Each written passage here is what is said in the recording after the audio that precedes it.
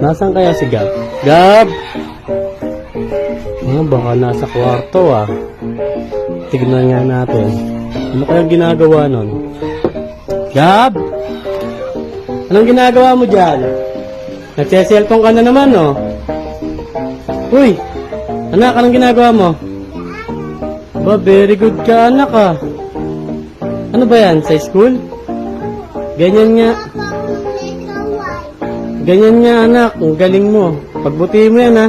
Sige, pabayaan mo na kita dyan para makapag-aral ka ha. Bye! O diba, ang talino ng anak ko. Nag-aaral, ganyan talaga ang tularan nyo. Ops, wag mo nang alis. Ito yung tunay na nangyari, ha? Nasaan kaya si Gab? Gab! Baka nasa kwarto ah. Tignan nga natin. Ano kaya ginagawa nun? Gab!